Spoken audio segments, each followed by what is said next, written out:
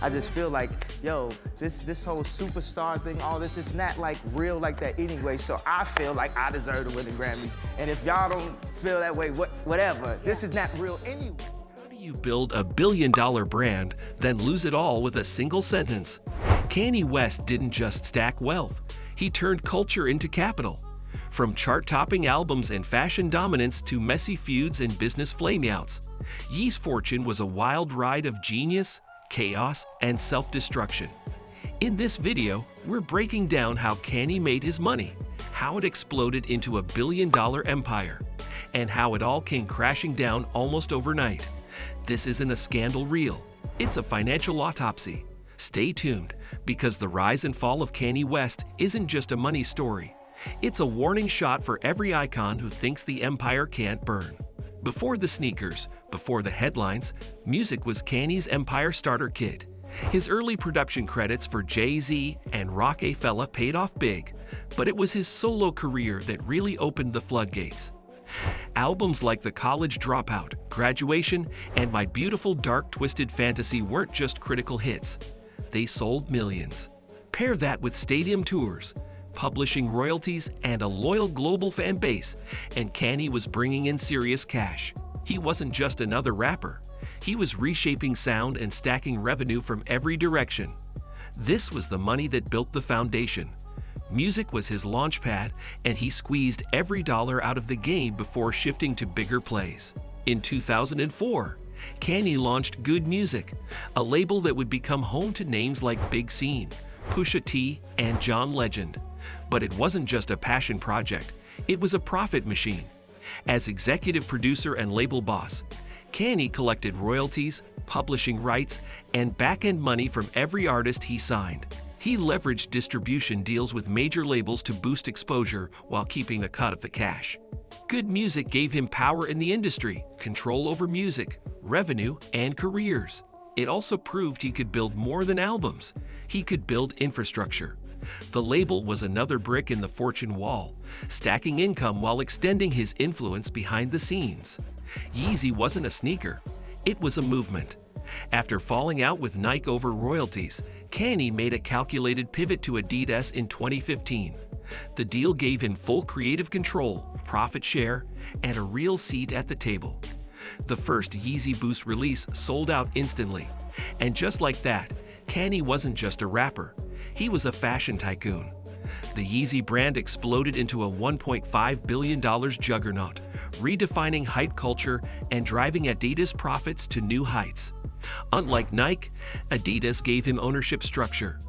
That's what made the difference. Yeezy wasn't just a product, it was Kanye's ticket into billionaire territory. And for a few years, it printed money like clockwork. In 2016, people thought it was a meltdown. Turns out, it was a setup. That same year, Yeezy sneakers took off, and within months, the debt was history. His Adidas partnership exploded. Every drop sold out in seconds. By 2019, Yeezy was valued at over $1 billion. The same man who couldn't get a loan was suddenly the face of one of the most profitable sneaker lines in history. This was classic Yeezy, turning chaos into capital. He went from begging investors to breaking Forbes lists. That $53 million debt? Just another chapter in the story of his billion-dollar comeback. Yeezy sneakers printed cash, but his high-fashion clothing line told a different story. Kanye always wanted runway respect. He dreamed of being bigger than music, bigger than hip-hop. His Yeezy season collections were bold, minimalist, and intentionally disruptive. But behind the scenes, it was bleeding money. Production was expensive, quality inconsistent, and sales never matched the hype. Critics mocked it. Investors got nervous. Kanye poured millions into fashion shows and collections that rarely turned a profit. The brand looked elite, but financially, it was shaky. He wasn't just selling clothes. He was selling vision. And that vision came with a high cost. The fashion empire wasn't fake, but it wasn't built to last either.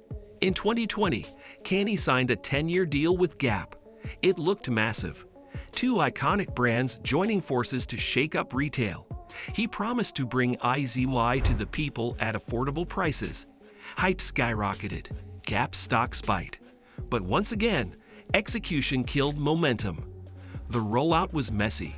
Supply chain issues hit. Fans were frustrated by delays and vague product drops.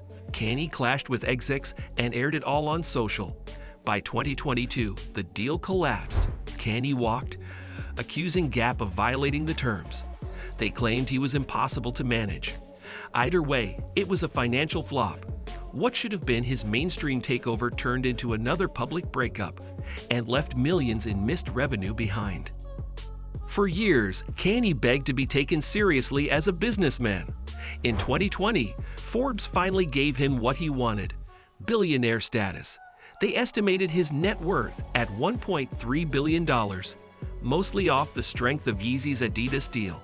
Kanye wasn't satisfied. He claimed he was worth over $3 billion, even $6 billion, counting future earnings and brand potential. The truth probably landed somewhere in between. But it didn't matter. He had receipts, he had leverage, and he had his name next to that billionaire title. It was more than a flex, it was validation. Kanye didn't just want wealth. He wanted the world to know he built it himself. For a moment, he had it all. Kanye's relationship with Adidas turned sour fast.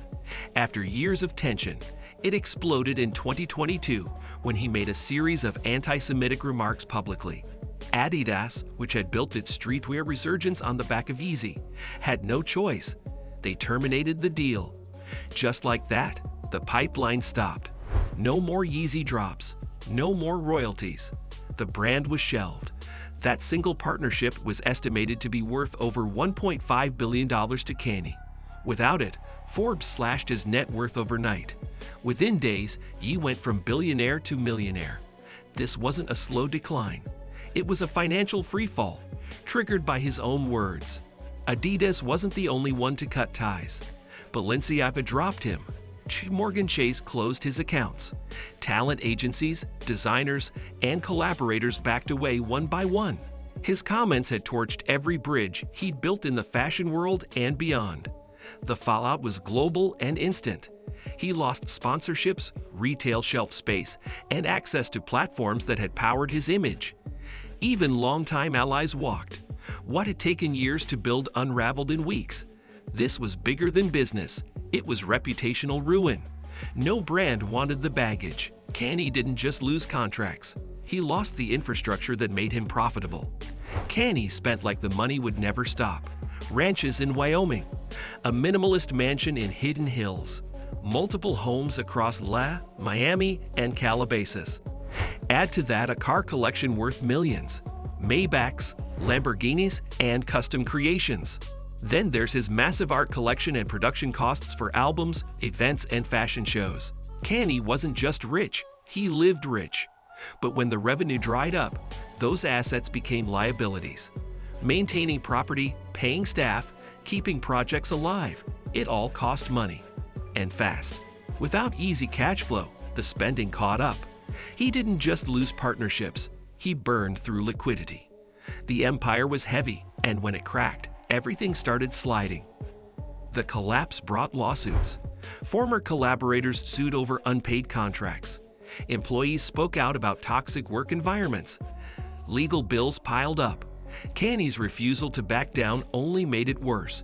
He doubled down in interviews, said more inflammatory things, and turned legal battles into social media spectacles. PR teams left. Advisors walked. His team shrunk. His public image tanked, and deals disappeared.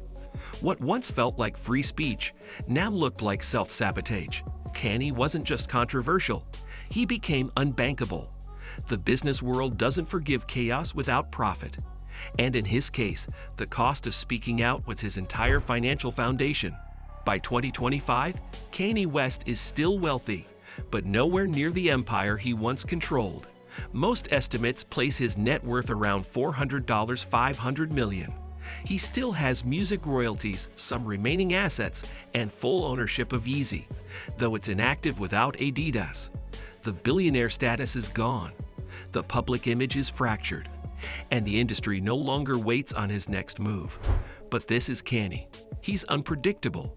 He's re-emerged before. The real question now isn't what he's worth, it's what he does next. Can he rebuild from the ruins, Or is the Kanye empire a finished chapter? Time will tell. But one thing's for sure, no one falls like Ye, and no one rises like him either. Kanye West built a fortune out of art, controversy, and raw ambition. He didn't just break the mold, he lit it on fire. But his rise and fall prove something deeper. Fame moves fast, and money moves faster. $1 billion brand, one collapse, 100 headlines in between. What Ye built was real, and what he lost was even more real. If this breakdown hit you different, hit that like button, drop a comment, and subscribe for more deep dives into power, wealth, and the people who live at the edge of both. This is Shadow Tapes, where icons get unpacked and the game gets told straight.